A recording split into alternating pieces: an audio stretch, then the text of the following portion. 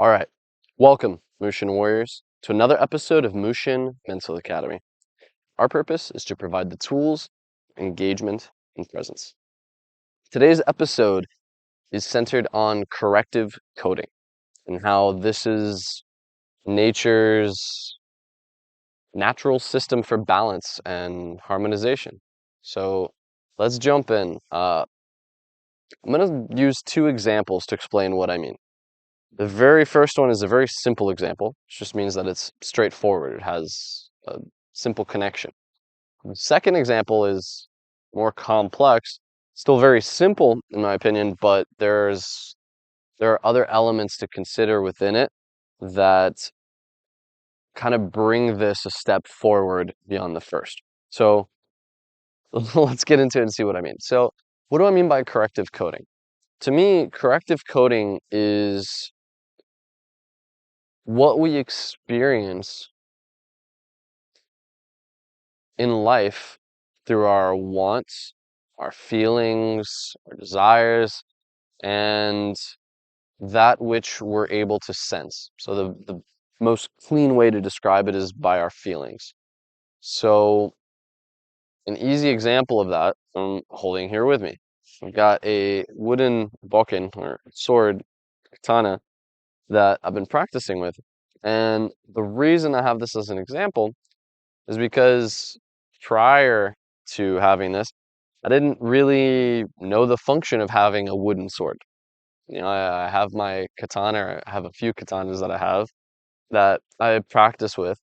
And here's where the corrective coding part comes in, right? So I've been having this feeling of concern as I'm practicing because I've been looking to do these new moves and learn further aspects to this practice. But as I do, I'm concerned, or have been concerned using my real katana because it's really, really sharp. It's made out of T10 steel, and I think it'll cut your finger off like that. Uh, the other reason for it too is you can't really bring it anywhere. Like I can't really practice the katana other than at home because it's a dangerous weapon, and I don't want to be caught with it outside. You know what I mean? It's pretty sure illegal in most states, if not all. So anyway, that brings us back to this next part. The corrective coding part of this process is acknowledging the feelings that I have, right? Acknowledging that I want to practice, acknowledging that this is something that's been calling to me. I've had, random moments that let me know that this really is something for me. But I'm also having these conflicting feelings of concern for safety, for, how it's going to look, for making sure that, you know, it's not creating or causing distress in anyone else by seeing it, you know what I mean?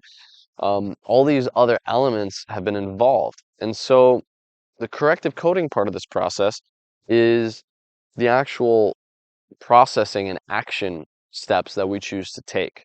Okay, so I can choose to experience that feeling and then do nothing about it, in which case I am consciously putting myself into, let's say I do keep practicing with the metal sword. I'm putting myself into danger. I'm putting myself into positions where I have to be more careful. All of these other things are going to come from that if I choose to do nothing, right? Or I can figure out how to process these two systems, these two complete systems of information that are complete in themselves that I would now like to merge.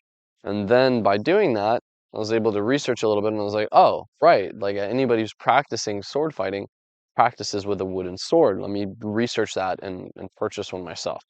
And so one of the moves I've been learning, you actually take it out, draw, and you bring it back in.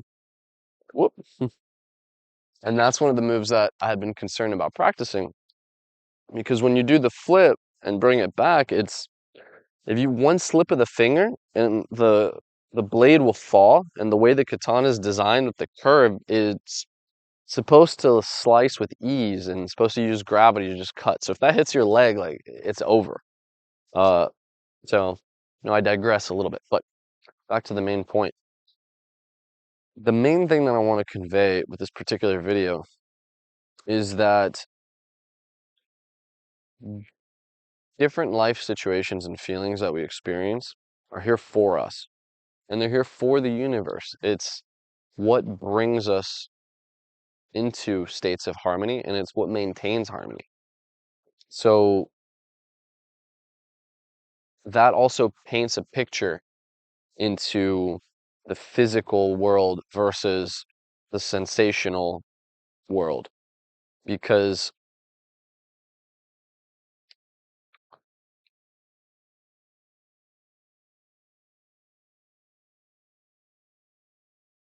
we realize that it's like a give and take on this area between our sensations and feelings and our actions and what we see. So it's really a different perspective on potential and kinetic energy. Let me explain that a little bit further. So, let's say that I'm standing here and, you know, a giant bear comes up and does something to threaten me purposefully, right? His intention is to scare me. I have now been given something. His action gave me potential energy. You see? Because by him engaging in that, like this, like you even feel it. Like the bear is a super easy example because you enter the state of shock. It's like your body doesn't even know what to do with all this crazy adrenaline, and it locks up sometimes if we aren't able to process it.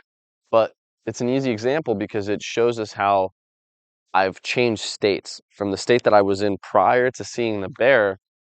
Maybe I'm this like relaxed, like harmonized state. When the bear enters that, I've been now like given something. This inspiration is meaningful because it creates change. It causes us to act. And if it doesn't, it keeps us in this like state of potential energy, in this loop of energy that can't be released. And that is extremely uncomfortable. And oftentimes this is where people get stuck in. This is where we'll see people doing the same kind of behaviors. It's the same thing, and they just can't necessarily get what they want because they're still attempting to overcome or find out what to do with this potential energy that they've been given. And so this is what I define as corrective coding. This is the coding that the universe puts out there. These are the situations to make everything remain in harmony. I can't tell you why that bear may or may not have showed up, but something else impacted that bear that caused him and created it to go do these other things. And so whatever it does with that energy or with those situations is how it processes and then creates. And so by really tapping into this process, we are directly in tune with creation. It's that simple. So it really brings us into presence immediately. I know that we've already gone on for a little bit, but I want to tell another story for you guys. This one's a little bit more complex because it considers various systems rather than just one particular system. But I do feel that it's the exact same example. So let's jump right in.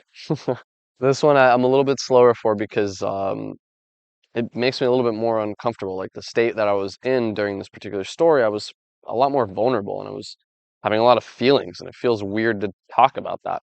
Uh, I guess it can. Right now, it feels fine. So, in this particular situation, I was with a group of people, and we had a guest that was actually from out of town that's a musician from Alaska. And this gentleman lives by himself and just lives out in the woods, like straight up, mountain man type stuff, right? And so he came down, and now we've got a group of people, and he came and he's integrating with us. And there's this moment where we're all going to go and start playing music, and he's gonna go and start performing some songs. And so I asked him at the beginning, like, "Hey, man, do you want me to solo over your songs on guitar a little bit?" That way I'm offering to participate with him, join in, and honestly, it's fun. It's cool to have a jam, especially when you're that kind of group of people that really get each other. So he's like, yeah, man, like, let's go. So, he invites me over for whatever reason. And now at this point, I'm over there with my guitar, he's with his, and he doesn't allow any space for me to solo. So I'm like sitting there waiting to listen for these areas where he creates this opportunity for me to come in, and they don't exist. So any of the moments where there would be silence and there would just be guitar playing, he chooses to whistle over them. So he's like doing a solo over that, and every other section he's singing. So now I'm just standing there with my guitar doing nothing because I'm not going to play over him. I'm not going to try and take that. I don't have a need for that. I don't have a need for that. So I'm like, okay, what's going on? I just feel awkward. I feel unnecessary. I feel superfluous. I feel like I shouldn't be here. I feel like he doesn't want me here. I feel like an idiot because I have all these people watching me now. I'm supposed to be playing music and nobody knows why I'm not playing because they don't necessarily, know why I don't see the space to solo. But I know that the person's not offering it. So now what? Here's where the corrective coding piece comes in from the universe, right? I can choose to just be unhappy and just like write this off, right, as a situation, or I could choose to be mad about it. I could choose to do a lot of different things. But what I chose to do is I chose to listen. I chose to first listen and find out what the situation really is and see if I could gain any insight into why this is happening. Because for me, like once I continuously position myself in a state of harmony, these kinds of things don't happen to me. So this was very strange. So I was wondering why this was there. And I chose to just sit back. And the next moment within this encounter is that we stopped playing music and we all gathered to sit around the fire. So now I'm with a group of people that I love that love me too. So they're like, let's go. I feel welcome. I feel loved at this point. I'm like, all right, cool. Let me come back in here. And I was feeling a lot of pain before. I was feeling really like left out from that particular encounter. But I chose to just stay open and engage, even though part of me wanted to just leave. Like literally part of me said, dude, just put your guitar away and leave. If nobody wants to listen, like, or this isn't here, like, who cares? Like, you don't need any of this. But I stayed, I listened, and I decided to remain in a state of discomfort so that I may provide respect and understanding and honor the world and the situations around me. And so I continued in that situation, and as I sit down around the fire now, I realized something. I realized we're all sitting in a circle, and he's sitting further back, and he's just a little bit out of it. So while everyone's like sharing, I see people are talking to the people to their left, to the right, everyone's sharing, and he's just like smiling and looking around, but not actually connecting. And then that's when it hit me. So here's where the corrective coding really comes in. It hit me that, oh, wow, this person lives alone. He's lived alone for a long time in the middle of the woods by himself. He doesn't have this. He doesn't have any of this connection that I have right now. He doesn't have any of these relationships. All of these people that he sees, including myself, are like new and like cool and open, but they're still different. They're still strangers to him. And I could tell that he was still like just feeling a little out of it. And so in that moment, I smiled, I looked around, I looked at him. He happened to be sitting next to me, just conveniently so. So I turned around, I moved my body slightly back, and I opened the circle. And I just put my arm around him, and I brought him in, and just smiled. The Everything changed. After that moment, the energy of the room completely changed. I changed, he changed, all of the interactions changed, and it was amazing. I can't even really describe how the world opened up, but what I could say is that I felt like he became a part of the world. It felt like we were now one, all of us. We're sitting there just all doing this thing. We're all doing this dance that we call life. talking and playing and laughing and singing around the fire and having fun. And I felt this connection. And what felt cold and empty and dark immediately switched into this abundance of love and happiness. It was amazing. And I could see in his face that the exact same thing happened for him. And, I'm not going to claim to know honestly anything, to be real with you. I just give you my opinion, and this could even change from day to day, as we grow and as we learn.